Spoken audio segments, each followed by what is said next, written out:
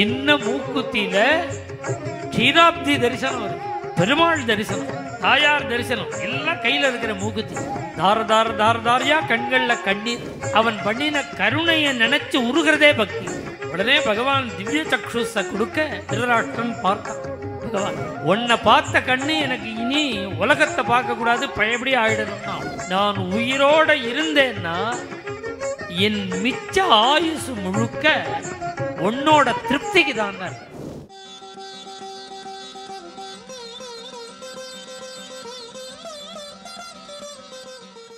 32 வயசு வரையில் திரும்பியே பார்க்கல. நீ தடுத்து ஆட்கொள்வேன் அப்படின்னு பகவான் சொன்னானோ, இது அவர் இந்த மூக்குத்தியில பார்த்துட்டு இருக்கும் பொழுதே சர்வமும் மறைஞ்சிடுச்சு. இத்தனை நேரம் பார்த்த காட்சிகள் எல்லாம் மறைஞ்சு சாதாரண மூக்குத்தியாய். ஒரு சின்ன மூக்குத்தியில க்ஷீராப்தி தரிசனம் இருக்கு, பெருமாள் தரிசனம், தாயார் தரிசனம், எல்லாம் கையில் இருக்கிற மூக்குத்தி.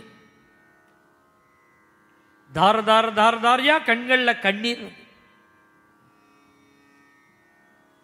இப்படி பகவான் கிருபை பண்ணியிருக்காங்க.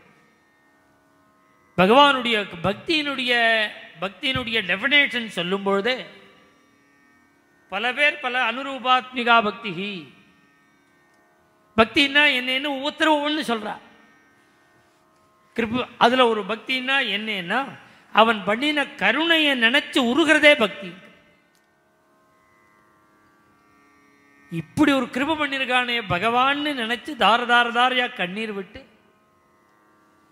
32 வயசு வரையில் பக்தி பண்ணல, நாமம் சொல்லல, கோவிலுக்கு வரல, தர்மம் பண்ணல, ஒரு நல்ல காரியம் பண்ணல, வலியக்க வந்து நமக்கு கிருபை பண்ணியிருக்கானே பகவான். ஒரு அஞ்ஞானி திருதராஷ்டிரன் உம்மை பார்த்த பிறகு 2 கண்ணையும் திருப்பி கொடுத்தான் பகவான். விஸ்வரூபம் எடுத்த பொழுது எல்லாரும் ஆகாகாரம் பண்ணும் பொழுது என்னன்னு கேட்குறான் திருதராஷ்டிரன். பகவானுடைய விஸ்வரூபம், கிருஷ்ணனுடைய விஸ்வரூபத்தை வர்ணிக்க எனக்கு கண்ணில்லாமல் போச்சேன். உடனே பகவான் திவ்ய சக்ஷுஸ கொடுக்க திருதராஷ்டிரன் பார்த்தான். பகவான் உன்னை பார்த்த கண்ணு எனக்கு இனி உலகத்தை பார்க்க கூடாது, பழையபடி ஆயிடணும்னா இப்படி கிருபையை அடைஞ்சுவிட்டு திருப்பி அதை மிஸ்யூஸ் பண்ண விரும்பலையோனோ அந்த கண்களை. அவனுடைய கிருபையினால இவ்வளவு ஒரு திவ்ய தரிசனம் பண்ணிவிட்டு இனிமேல் சாதாரண வாழ்க்கை வாழறதுல என்ன அர்த்தம் இருக்கு? நாம் அப்படி ஒன்றும் பெரிய சாதனை பண்ணிவிடல, நமக்கு பகவான் வந்து தரிசனம் கொடுக்கறது போல. இன்னும் சொல்ல போனால்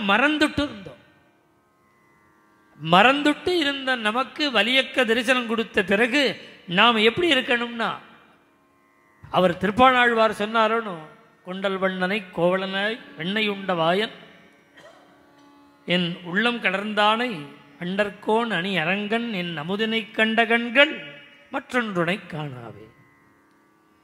உன்னை பார்த்த கண்ணால இனி யாரையும் பார்க்க மாட்டேன்னாரோன்னு, அவர் எதையும் பார்க்க மாட்டேன்.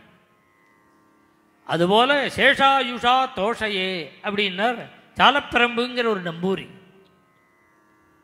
இனி அவர் 90 வயசுல சொல்றார், அது வரைக்கும் குருவாயூரப்பனை பார்த்ததில்லை. அன்னைக்கு தான் முதல் பார்க்கிறார். நாராயணியை எழுதின நாராயண பட்டத்திரி சொல்லி 90 வயசுல சௌக்கியமா இருக்கார், வேலைக்கு சாப்பிட்டு தூங்கிட்டு நாராயண சரசில் எண்ணெய் தேய்ச்சிட்டு இருக்கார். 4 பேர் சிஸ்ரூஷை பண்றார். எதிர்த்த துறையில ஸ்நானம் பண்ண வந்தார் பட்டத்திரி. பார்த்தார், இவரை பார்த்த உடனே பாபமா இருந்தது, அவருக்கு வருத்தமா இருந்தது, இரக்கம் வந்தது. சாலப்பிரம்பு உனக்கு என்ன வயசாச்சுன்னா, 90 வயசு. குருவாயூரப்பனை பார்த்துருக்கியோன்னார்.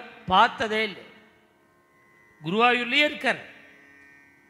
90 வயசாச்சு, ஒரு நாள் கூட குருவாயூரப்பனை பார்த்தது.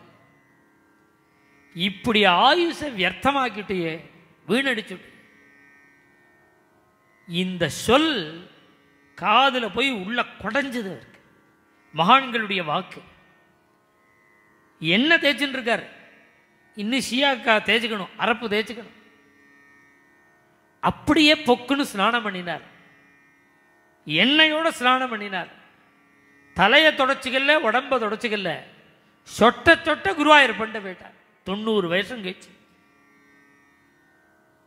குருவாயூர் பண்ண பார்த்தா தார தாரையா கண்களில் கண்ணீர் வந்து.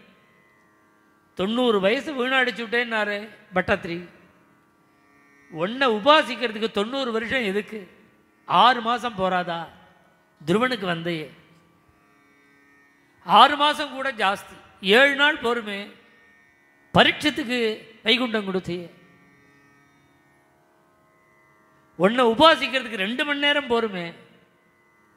ஒன்றை உபாசிக்கிறதுக்கு 1.5 மணி நேரம் போருமே.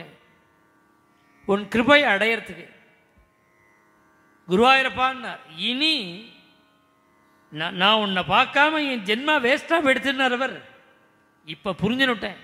இனி நான் உயிரோட இருந்தேன்னா என் மிச்ச ஆயுசு முழுக்க உன்னோட திருப்திக்கு தான். மேலும் இது போன்ற சிறப்பான நிகழ்ச்சிகளை காண இப்போவே லைக் பண்ணுங்க, ஷேர் பண்ணுங்க, மறக்காம சப்ஸ்கிரைப் பண்ணுங்க.